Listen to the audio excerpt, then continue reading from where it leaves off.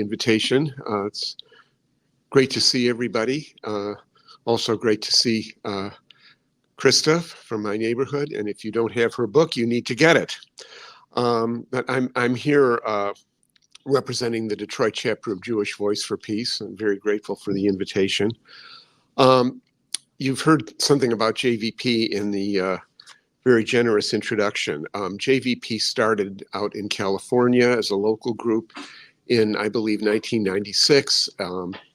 And as it was becoming a national organization, our Detroit chapter formed in 2005 and has been active since then. Since October 7th, JVP nationally and certainly in Detroit has been growing, I have to say, explosively, both in terms of our activist core and in the activities we carry out. The principles on which JVP is organized are basically a commitment to the principles of equal justice, equal security, and equal peace for Israelis and Palestinians. That's the principle. What that's going to look like in terms of drawing a map, not my thing. I don't have the competence to do that. That has to be done on the ground when the barriers and the obstacles to peace and justice are removed, or at least significantly turned back. Now, in the disastrous 6 months since October 7th, the 6 months of the killings on October 7th, and then the genocide in Gaza, I'm sure you follow it extensively, but there's a few things to say about it. It's not the first genocide in recent times by any means. It's not the only genocide going on right now, but it's the first genocide in history that is live streamed. Okay, and that poses both a trauma and a tremendous moral challenge because you can't turn away from it. The other thing about it, that while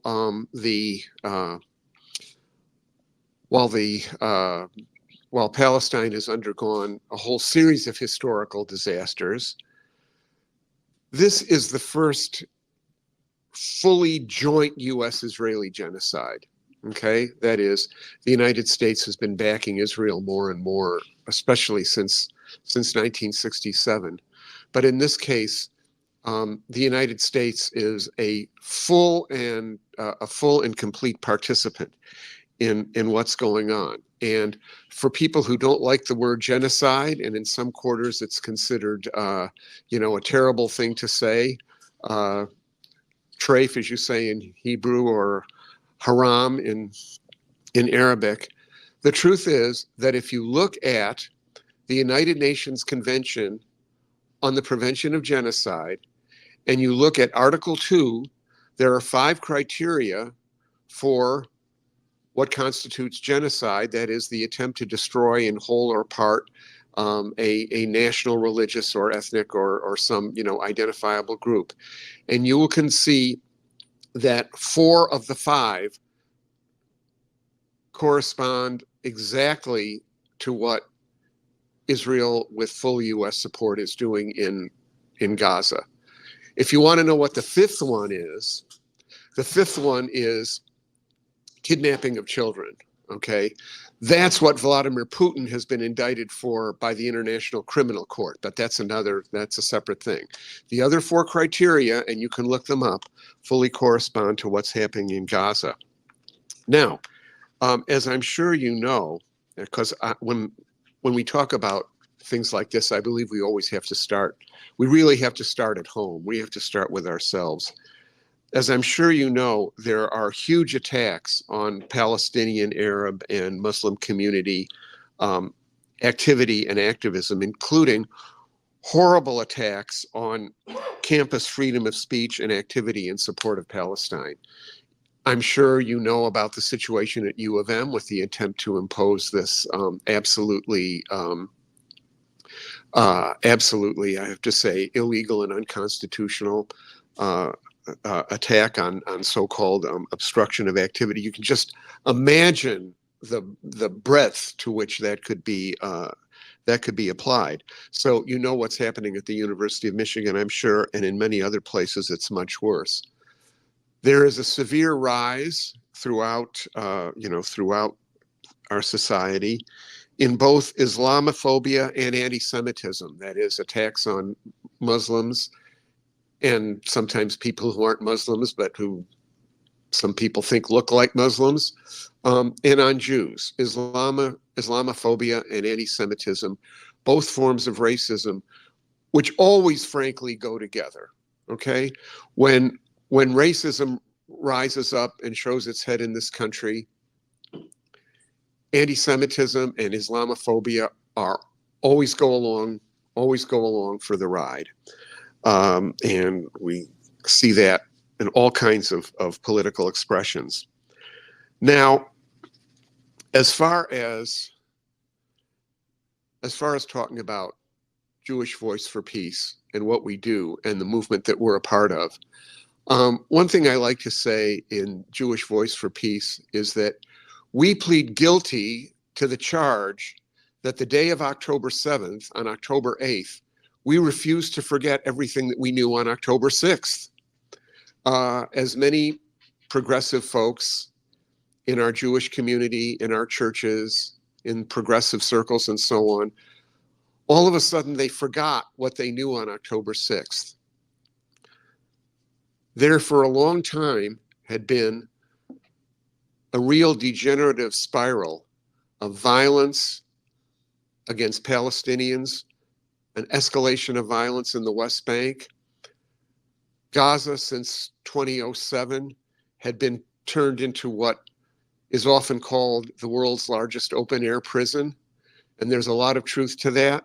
But I don't totally like that, because calling it an open-air prison tends to hide from us the fact that it's also a society with families, with institutions, with a medical system, with a medical care system, with universities, and other kinds of social service institutions built up by people in Gaza under very difficult and trying circumstances.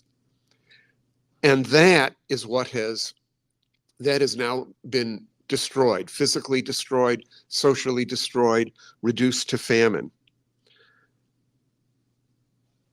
We refuse to forget what we knew on October 6th, that this was all building up.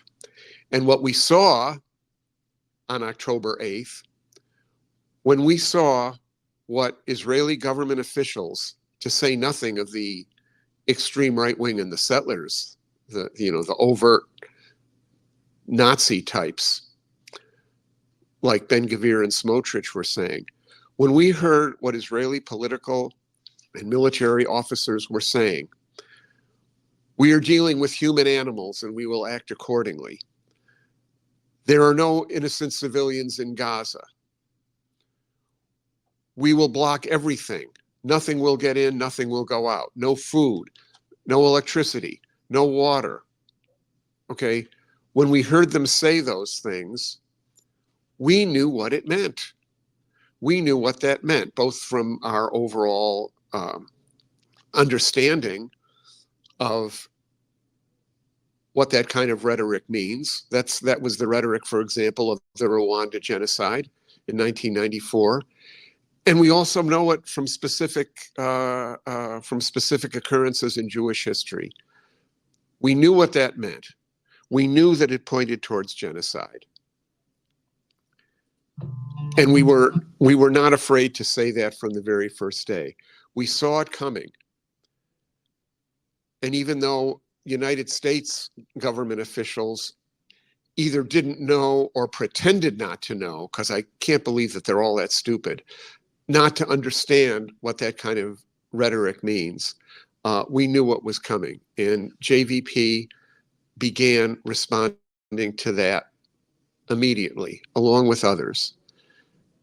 The other thing that I like to emphasize is that what we are doing makes a difference. And here, when I say what we are doing, by we, I don't just mean Jewish Voice for Peace. I mean the entire movement, mass outcry in this country and globally, demanding an immediate ceasefire. There are other Jewish groups like If Not Now. There are many peace organizations. There are the Palestinian and Arab community organizations. You know many of them. And when I say what we are doing makes a difference, is that the outcry for a ceasefire has moved the needle. Not nearly enough and not nearly fast enough. But we are not just crying in the wilderness. And I like to emphasize that because it often seems that the situation is hopeless. When we demand an immediate ceasefire, that doesn't mean that a ceasefire would solve the fundamental problems, which I don't think I need to elaborate on here. But this war is not solving any fundamental problems. This war is making everything worse. This, quite frankly, is not a war that Gaza or Palestine can win. That doesn't necessarily mean that Israel will win. There are wars that nobody wins. You can go in a different context to the Iran-Iraq War of the 1980s. Terribly destructive wars for both societies. Nobody won. What's happening in Israel is something that's also important to pay attention to, because there has been a political crisis in Israel. It is now resurfacing. What's driving this war is not only the long-term aim of the Zionist movement to basically eradicate Palestinian life. It's also driven by the short-term needs of the Netanyahu coalition to hold itself together. Because if that coalition falls, Netanyahu goes on trial and probably goes to jail. So he needs to be in power in order to keep himself from being prosecuted and imprisoned. If that sounds vaguely familiar to something that might be going on here, well, you can draw your own conclusions. But it's driven by all of that. And the destruction of Gaza is beyond belief. But also inside Israel, that political crisis is resurfacing. And I believe that it is likely to take on a violent form, because one of the far-right Israeli government ministers, you may know his name, Itamar Ben-Gvir, who's in charge of the West Bank settlers, he has handed out thousands of automatic rifles to the settlers. Those are being used, and this goes under the radar screen. It's not covered nearly enough. These are being used on Palestinian villagers, 16 of which have already been basically forced to, abandon their villages in the West Bank. And as the crisis in Israel polarizes, it will be used in Israel's internal conflicts as well. So the situation is very extreme. And I'm not even getting into here, I'm deliberately leaving out the camp with Israel and Iran. If we want to talk about that, we can get it into the discussion. But even without that, the situation is desperate, almost beyond description. I think you all know that, and that is what we are attempting to respond to. Thanks. Thank you, David. Can we take a couple of questions? Any questions from the audience? I have a question first, David. As far as the Jewish community, is there any statistic on how diverse are the opinions within it regarding the war? Well, yes, and I have to say, when you talk about the Jewish community in the United States, it is quite diverse, and there's left, center, and right. But what's happening in Jewish public opinion, is not something separate from what is happening in the United States as a whole. Okay, there is majority sentiment in this country among the general population for a ceasefire. Within the Democratic Party voting base, that sentiment is overwhelming. and the Jewish community is not the Jewish community is not something separate from that. Of course, there's a polarization. Okay, there are forces in the Jewish community who think that Israel should, quote, finish the job. Okay, and you hear that.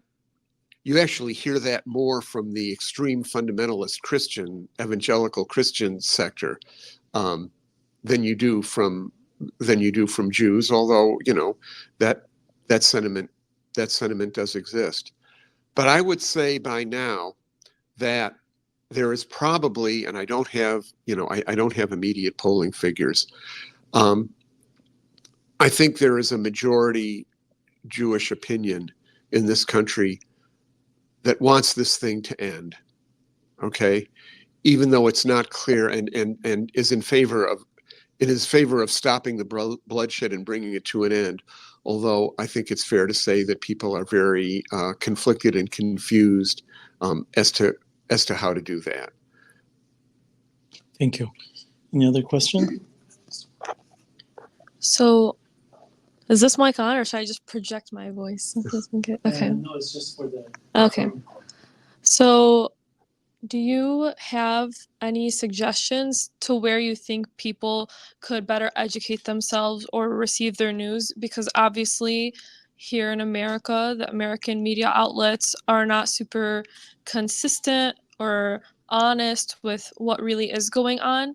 So, like for example, I look at Al Jazeera often, but when you shared that they're supplying thousands of weapons to settlers in the West Bank, like that's something that I hadn't heard yet before, even with as much research as I've been doing. So I just wanted to know if you had any suggestions as to where we could learn more.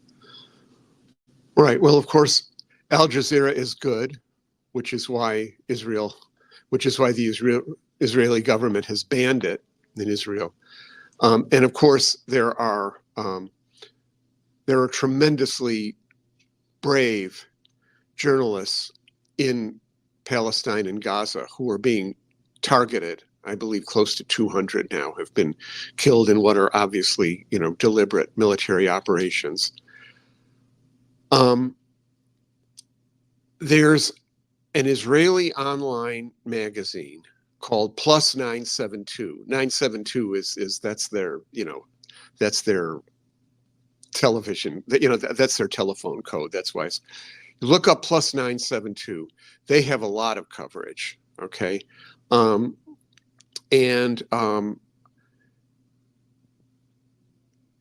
terms of regular media, I do listen to the BBC World Service News Hour. You get better coverage on BBC than you do on most American media. I'm not up watching TV late at night, but I understand that late at night, like after midnight, CNN International does a lot of good coverage. Okay, that you don't see, that you don't really see. I'm really struck when I look at cable news. I mean, they're occasionally, for example, look at MSNBC. Occasionally, they do some very striking reporting, but they're heavy hitters like Lawrence O'Donnell. If you want to go to a total Gaza-free and Palestine-free zone, just watch them from 10 to 11. You'll be amazed. You'll get all the updates on the Trump trial, and you'll get the infomercial for whatever Democratic candidate is running for whatever. But you will never see anything. Okay, so and of course, MSNBC got rid of Mehdi Hassan, who was their most powerful pro-Palestinian voice. So you're right about the media. But look at Plus 972. Look at Al Jazeera, look at Jadalia. And I also subscribe to Haaretz, which gives you a pretty good picture of the disastrous state of Israeli politics if you want to get if you want to get deep into those weeds. Thank you. We can take one more question. Yes.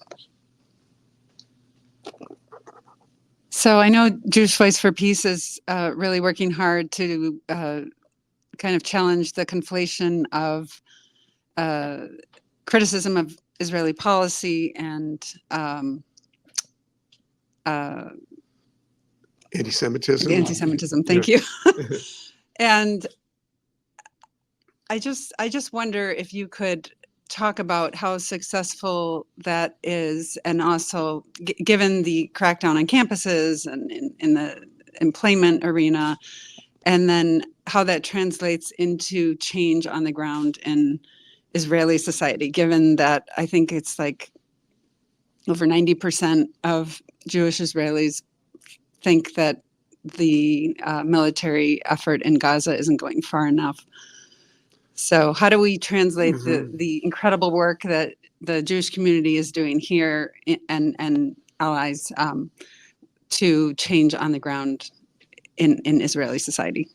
Okay, well, there were a couple of folks here from a group in Israel called Standing Together, which is a group of it consists of both Jewish Israelis and Palestinian citizens of Israel, what are called sometimes the 48 Palestinians, and they work together to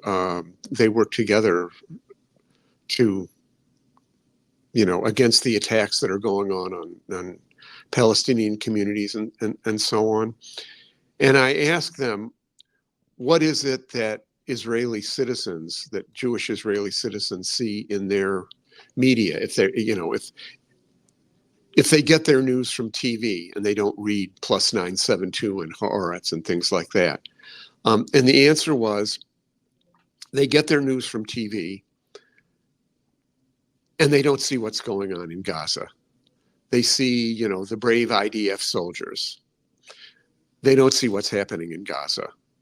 That will break through. That's not something we can really do, but it will break through, okay? There are very good journalists in Israel, both Palestinian and Jewish journalists. People like Amira Haas, Gideon Levy.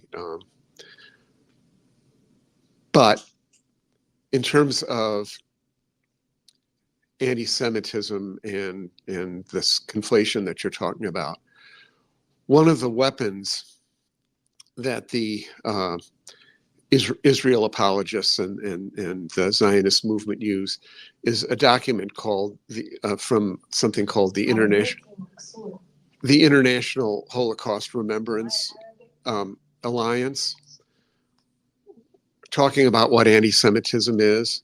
And it says, of course, many of the right things, contempt for Jews as a people, as a race, all that kind of thing. And then it says, denial of the right of Jewish self-determination. Well, this is completely false, because while there is certainly an Israeli Jewish nation, the Jews of the world are not a collective political entity, not a nation, okay? So this is weaponizing the charge of anti-Semitism in order to make it practically illegal to criticize, let alone condemn, Zionism as an Israeli, as a Jewish supremacist force. There is an alternative, a document written specifically as an alternative to the IHRA, which you can look up. It's called the Jerusalem Declaration. And it's much more solid. It's not necessarily perfect, but it's much more solid.